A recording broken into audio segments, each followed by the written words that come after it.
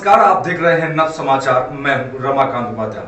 आज के हमारे मेहमान धनराज जी हमारे बीच मौजूद हैं और धनराज जी वह व्यक्ति हैं जो कि एमटेक होल्डर हैं और समाज सेवी हैं। कई मुद्दों पर सरकार को हमेशा जगाने का काम करते हैं, जनता के लिए आवाज बनकर खड़े होते हैं।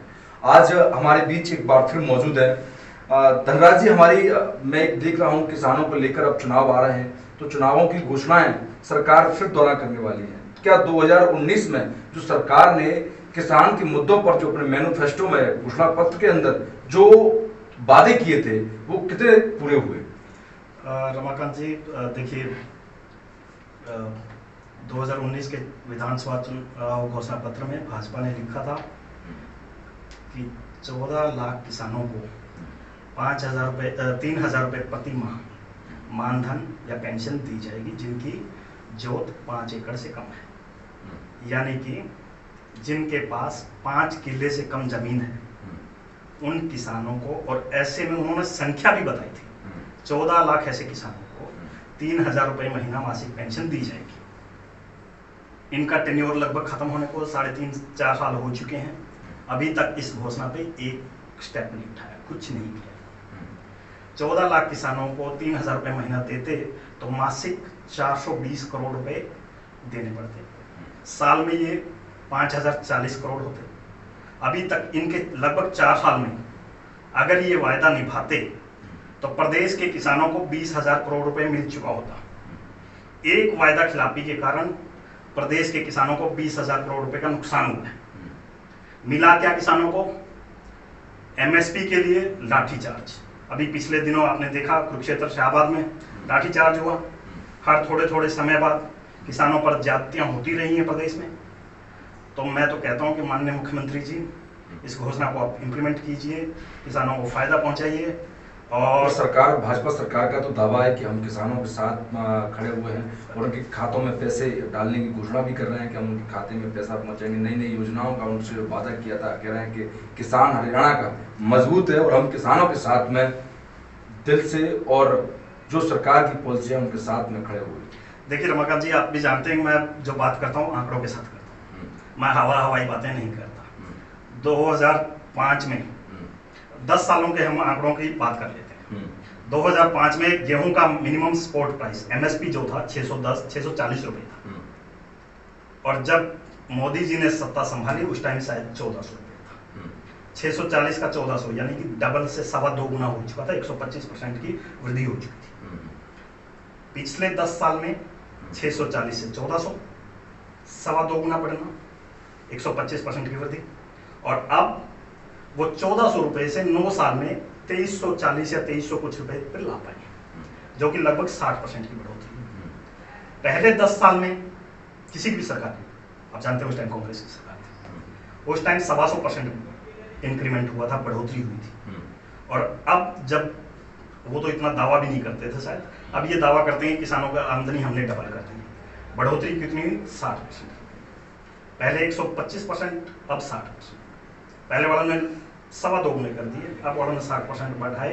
तो ये केवल घोषणाएं मतलब वायदे ही हैं डबल इनकम करने का। इन्होंने कोई कॉन्क्रीट स्टेप इस डायरेक्शन में लिया नहीं।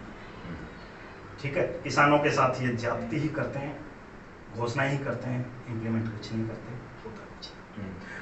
दूसरी बात हम मेट्रो को लेकर कर देते हैं, क्योंकि मेट्रो को लेकर जब घोषणा पत्र में भी बात की गई थी कि गुड़गांव से फरीदाबाद को जोड़ दिया जाएगा, गुड़गांव सांपला से बहादुरगढ़ से पूरा सांपला, ये सब मतलब घोषणा पत्र में था। नरेला से कुंडली और कई सारे थे, गुड़गांव से फरीदाबाद।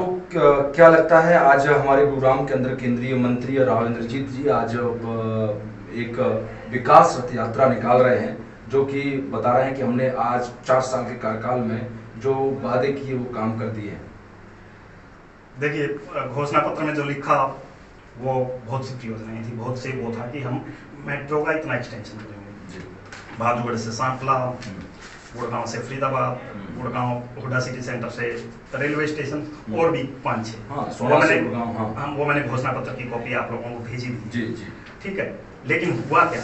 मैं आजकल ट्विटर पे एक चीज चला रहा हूँ, वादे वर्सेज हकीकत। जिसमें दिखाता हूँ मैं हवाई बातें फिर से कह रहा हूँ ये नहीं करता। एक तरफ घोषणा पत्र रहता है, दूसरी तरफ हकीकत रहती है। घोषणा पत्र में इन्होंने कहा ये कर देंगे, हुआ क्या? मुख्यमंत्री जी ने, प्रदेश सरकार ने गुड़गांव मेट्रो एक्सटेंशन की मंजूरी 2016 में दी थी। केंद्र सरकार से मंजूरी मिलते मिलते 2023 हो गए, 7 साल लग गए। इस ड्यूरिंग कोई एक पिलर नहीं बना, ये केवल कागजी कार्रवाई, केवल कागजी कार्रवाई में 7 साल लगा दिए। और अब ये सब जैसे ही चुनाव आ रहा है और हम लोगों ने, गुड़गांव के नागरिकों ने गुड़गांव मांगे मेट्रो का काफी सोशल मीडिया पे हमने चला रखा था। जैसे ही चुनाव आ रहा है तो अब ये सपने दिखा रहे हैं कि 4 साल में हम मेट्रो लाइन चला के शुरू कर दें। बताइए कौन विश्वास करेगा कि केवल कागजी कार्रवाई में जो लोग 7 साल लगा सकते हैं वो 4 साल में उस काम को कंप्लीट कर देंगे? ऐसा नहीं होता दिख रहा। ये फिर से एक बार मिसगाइड करने की इनकी चाल है, वोट लेने की वो है, चुनावी स्टंट है, चुनावी स्टंट है केवल। मैं तो कहता हूं कि ये इनको जिम्मेदारी तय करनी चाहिए कि मुख्यमंत्री जी के अप्रूवल के बाद सेंट्रल कैबिनेट के अप्रूवल में 7 साल क्यों लगे, उसके लिए दोषी कौन है। विकास रथ यात्रा के बजाय इनको माफी यात्रा चलानी चाहिए कि हम माफी मांगते हैं। बहुत अच्छी बात। मेट्रो को लेकर काफ़ी अब लोगों ने सरकार की, केंद्र सरकार की तारीफें भी ट्विटर, कभी अखबार के माध्यम से तमाम या नेतागण हैं गुरुग्राम में, वो तारीफें सरकार की कर रहे थे। उसका आपने चुनावी स्टंट बता के कर ही दिया है। देखिए इस पे भी मैं एक चीज़ ऐड करना चाहूँगा। अगर मैं भी पहले भाजपा में रहा हूँ, मुझे बताने में ये कोई हेजिटेशन नहीं। आप आईटी सेल में थे? हाँ, आईटी सेल कम्युनिकेशन में सेल में था, ठीक है। लेकिन मेरे लिए, हमें भाजपा में खासकर सिखाया जाता है एक चीज़ कहने को, मतलब कहते हैं कितना इंप्लीमेंट होता है वो एक अलग विषय है। Nation first, party next and self last. तो मेरे लिए सिटी फर्स्ट, मेरा गुड़गांव मेरे लिए पहले आता है, पार्टी उसके बाद आती है, चाहे कोई भी पार्टी। मैं देख रहा हूँ कि गुड़गांव में विकास नहीं हो रहा। गुड़गांव जो एक शहर 40,000 करोड़ रुपए केवल इनकम टैक्स में देता है, अगर बाकी टैक्स मिला दिए जाए तो शायद 60-70 हजार करोड़ रुपए, प्रदेश का 60% से ज्यादा रेवेन्यू जहां से मिलता है, वहां पे इन्होंने किया कुछ, ठीक है। केवल घोषणाएं, हुआ कुछ नहीं। माफीनामा होना चाहिए। साथ में धनराज जी ये भी है कि जिस प्रकार से टोल प्लाजा को लेकर बड़ी बड़ी बातें चल रही थी, आप लोगों ने तो बहुत उसकी मांग ट्विटर के माध्यम से, कई बार आपने प्रोटेस्ट भी किए हैं, लोगों के बीच में जाकर लोगों को जागरूक करने का भी आपने काम किया है। तो अब अभी बीच में जब यहाँ पर आते हैं गडकरी जी, तो वो उन्होंने साफ कह दिया कि ये टोल प्लाजा हटेगा नहीं और ये यहीं रहेगा, क्योंकि काफ़ी लोगों की मांग है। क्या टोल प्लाजा गुरुग्राम से बाहर हमें जाना पड़ रहा है तो 200 रुपये कहीं ना कहीं हमें पे करने पड़ रहा है जब हम गुरुग्राम से बाहर जाते हैं? और गुरुग्राम में एंट्री करना है तो 200 रुपये दीजिए आप। इवन गुड़गांव में रहने के लिए, गुड़गांव में मेरा ऑफिस कहीं है और घर तक जाने के लिए भी लोगों को जेब ढीली करनी पड़ रही है। 200 बच्चों को स्कूल जाने के लिए, इवन आप हैरान नहीं होगी आपको जानकर कि स्कूल बस की जो फीस है वो भी शायद 10,000 रुपये महीना, 10,000 रुपये क्वार्टर या 10,000 रुपये सालाना कुछ ऐसी बढ़ जाती है, जो जिन बच्चों को वो टोल टैक्स टोल पालना पड़ता है। मतलब विद्यार्थियों को, विद्यार्थियों पे भी टोल टैक्स लग रहा है, ऐसा? बिल्कुल, ठीक है। तो इन्होंने 2017 में आई थिंक मुख्यमंत्री जी ने घोषणा की कि हट जाएगा, बार बार घोषणाएं करते रहे। अब कह रहे हैं कि 2-3 महीने बाद दूसरी जगह हट जाएगा। सपने दिखाते रहते हैं। केंद्रीय मंत्री गडकरी जी ने साफ कह दिया कि हटेगा नहीं। तो ये क्या है? तो फिर आप लोग क्या करें? जनता को बेवकूफ समझाएंगे? देखिए अब तो जनता करेगी जो करेगी, ठीक है। हमारा काम है जनता को जागृत करना, उनको याद करवाते हैं। जनता के लिए कोई संदेश आप? जनता के लिए संदेश जो शहर के हित की बात करे, जो प्रदेश के हित की बात करे, जो वायदा खिलाफी ना करे, जो अक्षर से जो घोषणा पत्र में लिखा उसको एक संगा संकल्प या सत्य या एक संगा कसम खाने जैसा ट्रीट करे, उनको चुनिए, मौका दीजिए पढ़े लिखे लोगों को। और जो सरकार अच्छे स्कूल बना सके, अच्छे हॉस्पिटल बना सके, जो जनता की सरकार हो, उनको चुनिए। आप आम आदमी पार्टी में पहुंच गए हैं, कैसा पार्टी का आपको लग रहा है, क्योंकि भाजपा छोड़कर आप आम आदमी पार्टी में पहुंचे? देखिए मैं एक गरीबी रेखा से नीचे वाला परिवार से आता हूँ, गरीबी झेली है। और मेरा मानना है, और लोग कहते हैं कि गरीबी के खिलाफ एकमात्र सबसे बड़ा हथियार जो है वो शिक्षा है। अगर आप शिक्षा दें तो बच्चा खुद से पढ़ के काबिल बन जाएगा, अधिकारी बन जाएगा, वो अपनी गरीबी से निकल लेगा। 5-7 किलो अनाज देने या इन चीज़ों से गरीबी नहीं हटती, ये मैं अपने व्यक्तिगत अनुभव से बता रहा हूँ। मतलब शिक्षा फ्री होनी चाहिए। शिक्षा अगर काबिल है तो हर किसी को, आज नेताओं के देखेंगे आप, पीयूष गोयल जी हैं या जो कोई बड़े बड़े मंत्री हैं, उनके बच्चे विदेशों पढ़ते हैं, ठीक पढ़ते हैं। तो अगर मुझ में काबिलियत है, अगर किसी में भी काबिलियत है, केवल आर्थिक कमजोरी के कारण वो शिक्षा से वंचित नहीं रहना चाहिए। हर किसी को वो अवेलेबल होनी चाहिए। शिक्षा और चिकित्सा दोनों फ्री और बेहतरीन अवेलेबल होनी चाहिए। और न्यायपालिका भी ऑफ कोर्स।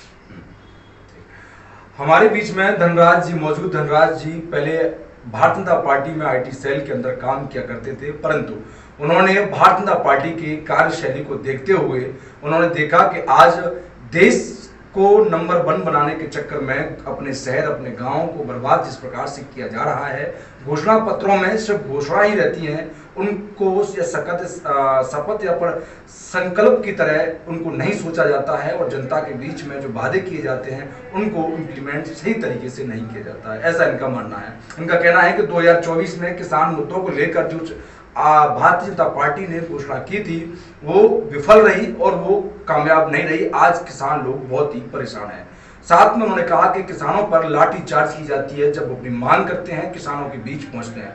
साथ में उन्होंने ये भी कहा कि मेट्रो की व्यवस्था को लेकर दिन प्रतिदिन जो वादे किए जा रहे थे या आश्वासन दिया जा रहा था, आज एक यही हुआ है कि अब मेट्रो बनेगा, कहां से कहां तक बनेगा, इसके लिए भारतीय जनता पार्टी ने खुशी जाहिर करना उनके कार्यकर्ताओं ने कर दिया है। तो ये कहीं ना कहीं चुनावी स्टंट है, इनका ऐसा मानना है, क्योंकि आज गुरुग्राम के अंदर राव इंद्रजीत केंद्रीय मंत्री जो कि आज विकास यात्रा 4 साल की निकाल रहे हैं, जो उन्होंने वादे किए उस पर काम करेंगे, ऐसा इनका मानना है। टोल प्लाजा को लेकर हमेशा से धनराज जी आवाज उठाते रहे। गुरुग्राम में कुछ चुनिंदा ही लोग हैं जो कि टोल प्लाजा को लेकर हमेशा सरकार से इस टोल के लिए लड़ते रहते हैं, आवाज उठाते रहते हैं जनता की। उनका मानना है कि आज विद्यार्थियों को भी, छात्रों को भी टोल भरना पड़ रहा है, क्योंकि बसों का किराया दिन प्रतिदिन स्कूल वाले एक लूट खसोट की तौर पर ले रहे हैं और सरकार उसे नजरअंदाज कैसे कर सकती है। नितिन गडकरी जो कि इस समय परिवहन मंत्री, केंद्रीय मंत्री हैं, उन्होंने साफ स्पष्ट अपने शब्दों में कहा कि टोल प्लाजा नहीं हटेगा। अपने जब गुरुग्राम में उनका एक रैली थी, उस रैली में उन्होंने कहा कि ये टोल प्लाजा हट नहीं सकता है। उसी को लेकर ये दुख व्यक्त कर रहे हैं कि इस प्रकार से तो अगर गुरुग्राम से किसी को बाहर जाना पड़ता है तो 200 रुपए आपको अपनी जेब ढीली करनी पड़ती है। तमाम ऐसे मुद्दों के साथ में धनराज हमारे साथ हमेशा जुड़े रहते हैं। धनराज जी, आपका बहुत बहुत स्वागत है, आगे भी आप हमसे जुड़े रहिएगा और हम मिलेंगे बहुत जल्दी धनराज जी के साथ एक नए विषय के साथ। धनराज जी ने आम आदमी पार्टी ज्वाइन की है, उसके लिए आपको बहुत बहुत बधाई, बहुत बहुत शुभकामनाएं। धन्यवाद।